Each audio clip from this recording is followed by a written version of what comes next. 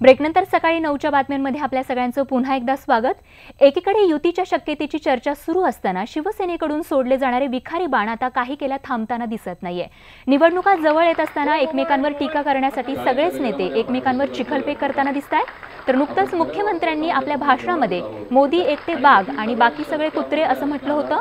तर दुसरीकडे खासदार पूनम महाजन यांनी देखील शरद पवारांना शकुनी मामाची उपमा दिली आहे। तर आता जनतेला भूलथापा देणाऱ्या ढोंगी मांत्रिकाच्या तावडीतून देशाला सोडवायला हवं असं उद्धव ठाकरेंनी म्हटलंय। मुंबईतल्या एका कार्यक्रमात ते बोलत होते।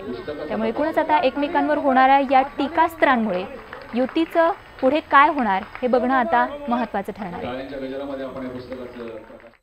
कोणतरी आपल्या समोर येतं मंत्रमित्र करण्याची, तुम्हाला बघा 2022 साली मी आणखी काय काय देतो, आपण सुद्धा त्याच्यावर विश्वास ठेवतो। काय चुकीचं बोललो मी अंधविश्वास या विषयावरती बोलतोय आहे की नाही? तुमचा सर अंधविश्वासावरती विश्वास आहे की नाही? कोणीतरी येऊन तुम्हाला सांगतो 2025 मध्ये मी तुम्हाला येईल, विश्वास ठेवणार की नाही? अंगाने दुपारावरती विश्वास ठेवणार की नाही? हे सगळं मोठं काम आहे। इथे सुद्धा मला त्या मांत्रिकाच्या तावडीतून सगळ्यांना सोडवायचं आणि तिकडे सुद्धा सोडवायचं। तर काल राष्ट्रवादी काँग्रेसचे अध्यक्ष शरद पवार यांच्या दिल्लीतल्या निवासस्थानी विरोधी पक्षांची बैठक पार पडली। भाजपला विविध विषयांवर घेरण्यासाठीच्या रणनीतीवर या बैठकीत चर्चा झाली आहे। दिल्लीचे मुख्यमंत्री अरविंद केजरीवाल, आंध्र प्रदेशचे मुख्यमंत्री चंद्रबाबू नायडू, फारुख अब्दुल्ला, तृणमूल काँग्रेसचे नेते डेरेक ओब्रायन, सुप्रिया सुळे ही सर्व नेते मंडळी या बैठकीत उपस्थित होती। तर पुढच्या काही दिवसांमध्ये निवडणुकांना सामोरं जाणाऱ्या काँग्रेससमोर भाजपपेक्षाही कडवं आव्हान असणार आहे ते पक्षांतर्गत सुरू असलेल्या शहकाटशहाच्या राजकारणाचं। माजी मुख्यमंत्री आणि काँग्रेसचे ज्येष्ठ नेते पृथ्वीराज चव्हाण यांनी केलेल्या एका वक्तव्यानं काँग्रेसमधली अंतर्गत सुंदोपसुंदी पुन्हा एकदा अधोरेखित झाली आहे। मी लोकसभा लढवू इच्छित नसलो तरी माझे काही पक्षांतर्गत हितचिंतक मला दिल्लीला पाठवण्याचा प्रयत्न करतायत, पण मी लोकसभा नव्हे तर विधानसभा निवडणूक लढणार अशा शब्दांमध्ये पृथ्वीराज चव्हाण यांनी त्यांच्या पक्षातल्या हितशत्रूंना सूचक इशारा दिलाय। अनेक वेळेला ही भूमिका माझी स्पष्ट केलेली आहे। मी कधीही सांगली किंवा पुण्यातून लोकसभा निवडणूक लढवायची असे विचार प्रकट केलेले नाही। आता काही लोकांना वाटतं की मी दिल्लीत काम करावं, त्यांच्या त्या सद्भावना असू शकतात, पण मी दिल्लीत काम करायचं की नाही हे केंद्राने ठरवायचंय। आता माझा लोकसभा मतदारसंघ हा पूर्वीचा कराड आणि आत्ताचा सातारा मतदारसंघ हा काँग्रेस पक्षाकडे नाही आहे। तो जर काँग्रेस पक्षाकडे असता तर मी निश्चित विचार केला असता, पण मी आता स्पष्टपणे सांगू इच्छितो की मी सांगली किंवा पुण्याला बिलकुल लोकसभा लढवायला इच्छुक नाहीये।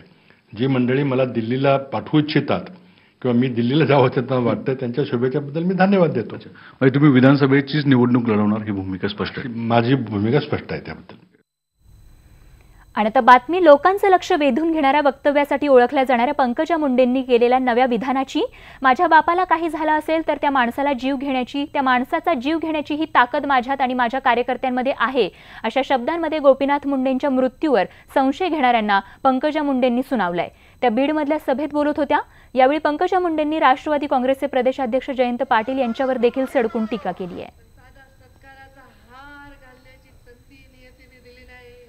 आणि ह्या साल्या लुच्चे लबाडे हे जे लोक या लोकांना आता मुंडे साहेबांचा मृत्यू सुद्धा एक मोठी संधी वाटत आहे।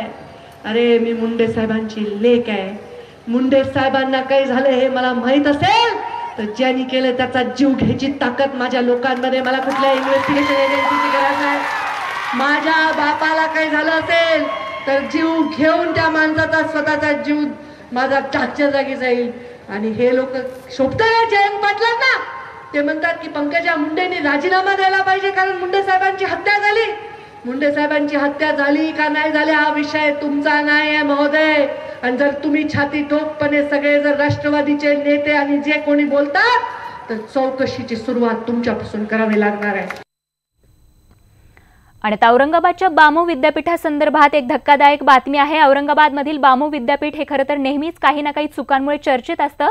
आता पुन्हा एकदा हे विद्यापीठ चर्चेत आलेलं आहे। या विद्यापीठाकडून नेमकी काय चूक झाली आहे, काय घडलंय ते जाणून घेण्याचा आपण प्रयत्न करणार आहोत। बामू विद्यापीठानंच प्रश्नपत्रिका फोडल्याची शक्यता या ठिकाणी वर्तवली जाते। विद्यापीठाने स्वतःच प्रश्नपत्रिका फोडल्याचा आरोप या ठिकाणी होतोय आणि तशी शक्यता देखील वर्तवली जात आहे। त्यामुळे नेमकं सत्य काय आहे हे जाणून घेण्याचा आपण प्रयत्न करणार आहोत। औरंगाबादमधील बामू विद्यापीठासंदर्भातली ही महत्त्वाची बातमी या क्षणाची आपण पाहतोय। सिद्धार्थ गोदाम आमचे प्रतिनिधी अधिक तपशील देत आहेत। सिद्धार्थ, नेमकं काय प्रकरण? विद्यापीठाने स्वतः प्रश्नपत्रिका खरं तर या ठिकाणी उघड केल्याचं बोललं जातंय, नेमकं काय माहिती मिळतीये? स्वाती, हा जो प्रकार आहे हा पेपर फोडल्याचा नाही, आपण स्पष्टपणे समजून घेऊया। हा प्रकार हा आहे की माणिकचंद पहाडे हे खाजगी लॉ कॉलेज आहे, विधी महाविद्यालय।